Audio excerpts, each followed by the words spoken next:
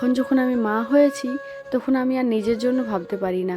আগে বাবুকে কি পড়াবো, বাবুকে কিভাবে রেডি করব সেই সব নিয়ে ব্যস্ত থাকি। খুব অভাবে বড় হয়েছি, বাবা খুব কষ্ট করে মানুষ করিয়েছে, পড়িয়েছে।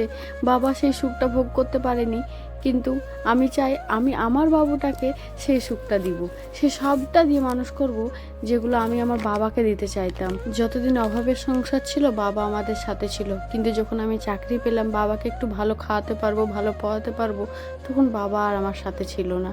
তাই আমি আমার সবটুকু আমার বাবুকে দিয়েই করতে চাই।